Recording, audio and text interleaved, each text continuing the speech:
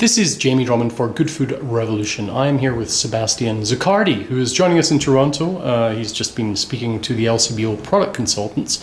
How are you today, sir? Very good, Jamie. Now, you are a third generation winemaker. What was your first experience in your family's world of wine? You know, because I'm the third generation, my grandfather started with the winery, and all my life was around the wine. So it's difficult to tell you which was my first experience with wine. In my family, around the table, all the time we were drinking wine and talking about wine. Of course, at the beginning for me, went to the vineyards or went to the winery was a game. I went to ride the horse or bicycle or ride the bicycle in the winery. So at the beginning it started being for me pleasure and be with my father, be with my mother, be with my grandfather, but step by step I fell in love and I discovered that really I wanted to continue what my family done. And how did your grandfather find himself founding a winery? You know, my grandfather didn't have any relationship with wine. He had a building company, but he was a very creative and a guy who loves make new things, very innovative. And where I live, that is Mendoza, is a desert. It's a desert in high altitude, but the only way to cultivate is with irrigation. And water really is the most important thing. So he developed in the 63 a very efficient irrigation system in his building company.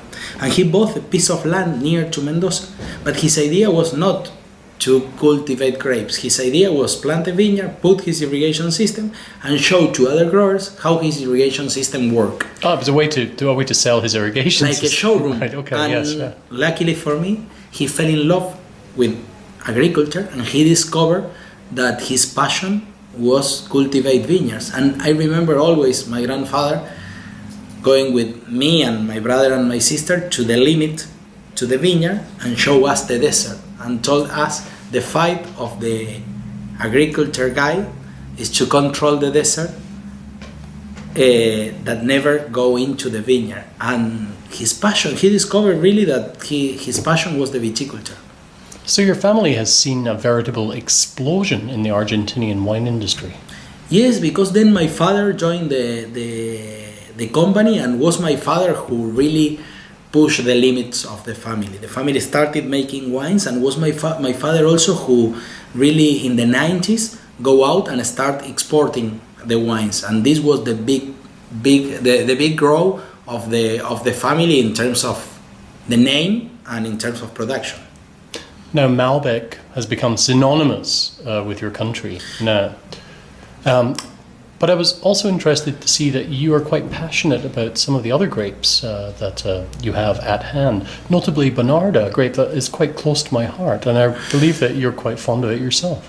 You know, Malbec is really part of the history of Argentina, because when the grape arrived near to 1850, not only arrived Malbec, arrived many grapes to Argentina, Spanish, Italian and French grapes. Right. But really Malbec found his place in Argentina because generation and generation of viticultures continue planting more Malbec than other grapes. So when Argentina started in the 90s exported, no any country used to sell Malbec. So it was very fast the relationship between the grape and the country. But this was something that happened in the field, really in the field, because the why we have many hectares of Malbec, because really when you walk the vineyards, when you make the wine, the adaptation that the grape has to the place is very good. But it was not only Malbec, the grape that has a very good adaptation. Also, for example, we have our main important white grape is a native grape, that is Torrontés. Of course. Torrontés was a grape that was happened in Argentina, was a cross between two grapes, Moscatel de Alejandría and Criolla Chica. Nobody knows how happened that it was natural or was did by the Jesuits, But Torrontés is our main white grape and is native. And the other grape that was very development was Bonarda. Bonarda, the origin of Bonarda, from many years we thought that was Italy, but the origin of the Bonarda was France. Yes. Because it has no relationship with the Bonarda that you can find in Italy. It's like an entirely different varietal. Yes. And because also growers found that Bonarda adapted very well to our weather and our soils, grows a lot the surface. The problem with Bonarda is that because nobody knows in the market, it's a grape that has a very small market. But I believe that is part of the expression of our history and of our terroirs. I was actually overjoyed when I saw it on the shelves here because I haven't tasted a Bonarda in an awful long time because we rarely see them in this market. No, but we have now, for example, a Bonarda Serie A that come from the old vineyards that my grandfather planted when he started and is selling now in the LCBO. Now Malbec is the bulk of your production. Malbec is the flagship of Argentina. But I think that the future of Argentina is not only in Malbec. The future is Argentina is to talk about where this Malbec is coming from. Yes. So I believe that the future of Argentina is the place, the origin of this Malbec. And I believe that the grape is the vehicle to express a place. So I put a lot of energy when I make the wine, that my wines tell the history of a place. And when you talk about the place, you talk about the weather, you talk about the soil, you talk about the culture of the people who make there the wine. And Malbec is part of the place, but is not enough to explain a place through the name of the grape, because you can plant the grape in every place in the world and make Malbec. But when you talk about a unique place, you're talking about something that is impossible to repeat. Well, we seem to place way too much importance on grape varietal, and it's particularly in North America, I feel, which leads us quite neatly to your new winery, which is where you're focusing upon the diverse terroir of Mendoza. Yes, I started with this movement in 2008 that I was working in Europe. I did many harvests in Europe, and I really understood that the only way to make something unique is talking about the place, because when you talk about the place, you are not talking about the perfect wine, but you are talking about the wine that is this unique combination between weather, soil, and people that is impossible that happen in another place. So from there, I started working more and more in first understand our places, because first we need to understand our weather, our soil, and then understand which kind of wine, which kind of expression of wine we have in each of these regions.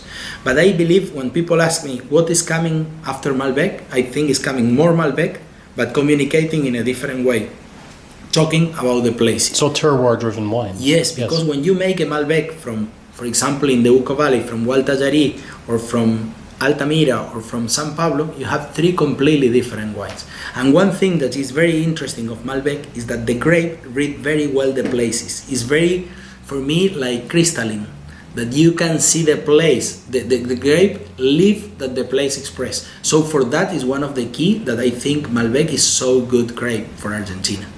Of those three sub-regions you just mentioned, could you speak to the differences between them? Yes. When you see the Uco Valley is the west area, the western wine area that we have in Mendoza. So it's the area that is closer to the Andes mountain. For me, it's very important because we are looking for the effect of the Andes mountain. But the Uco Valley inside is divided in three areas, in Tupungato, Tunuyán, and San Carlos. And inside of these three areas is divided in villages or smaller areas. Three of them that today are very well known is Gualtallarí, the other is San Pablo, and the other is Altamira. Gualtallarí, that is in the north of the Uco Valley, is 1,350 meters altitude, and the place has very sandy soils, but with in general a layer of calcium carbonate that we call caliche. And then you can have also round stones with calcium carbonate. If you move from Gualtallarí to San Pablo, the altitude is the same. San Pablo is 1,400 meters, but San Pablo is closer to the Andes, it's closer to the mountain. So it's an area that is cooler and wetter. So if Gualtajari is the first area that I harvest in the Uco Valley, 5 kilometers from there in São Paulo is the last grape that I harvest in the Uco Valley, because it's cooler, the soils are a little bit deeper, but you have this stone with calcium carbonate. And if we move to the south of the Uco Valley, at the beginning of the alluvial fan of the Tunusan River, we are going to find Altamira, Paraje Altamira. And Paraje Altamira is 1,100 meters, but the characteristic is that we have big stones, and all these stones surrounded by a thick layer of calcium carbonate. Would you mind speaking to the impact that those three very different terroirs have upon the Malbec grape? The three wines that we make with Malbec from three different places are completely different. Gualtajari is the more wild for me, and you have an expression of herbs, but you have to be careful with the ripening, because the ripening is very fast. So you move for a green expression, not green, but an herbal expression, right. to a very ripe expression. But always is wild, is very savage. And this calcium carbonate that we call caliche has a very big impact in the texture in the mouth. When you move to São Paulo, because São Paulo is cooler and wetter, you have less quantity of tannins, but higher level of acidity. And in the nose, you don't have this black fruit, you always has more these spices and some red fruit.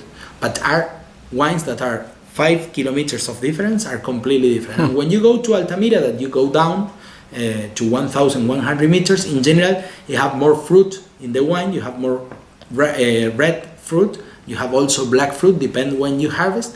But the most interesting thing of Altamira is that because this is stony and calcareous soil, is that you have a tannin that has a lot of texture, and you have a salinity in the end of the mouth. Okay, I tasted that in the wines today. Yes, yeah. And do you feel that this this idea of looking at a terroir-driven Malbec will be a re-education for the wine world at large? I think will take time first, because we need to know more about our places. Then we need to make the wines that tell the history of our places, and then we need to go to the market to explain what is happening. So I don't think that from one year to other we are going to change all, but I believe that every generation has to leave the next generation one step higher. And I think the commitment of my generation is to give to the Argentinian wine a really identity. And the only way to give a really identity is talking about the places. So for me, this is the future, but we are going to have to invest a lot of time, a lot of energy to build this. Which markets have been most receptive to this concept? You know, today the wine world, like the world, is changing all the time, and today you can see that every time you have more and more sommeliers doing different activities in wine. And when you find someone who wants to learn and who wants to see in deeper what is happening, you have a great opportunity to communicate. Not only sommeliers, but also a good thing is that we have today multiple ways to communicate what we are doing now, right, for example. So I think I'm optimistic about the future of this, because first I believe I can see that it's truth what we are saying, what we are doing, and what we are saying. So if it's truth and it's something that you can see, touch, and taste, it's a matter of time that this message arrives to the market. Well, Sebastián, thank you for coming all the way from the Uco Valley to see us in Toronto here, and thanks so much for your time. Thank you very much. Bye for now. Bye.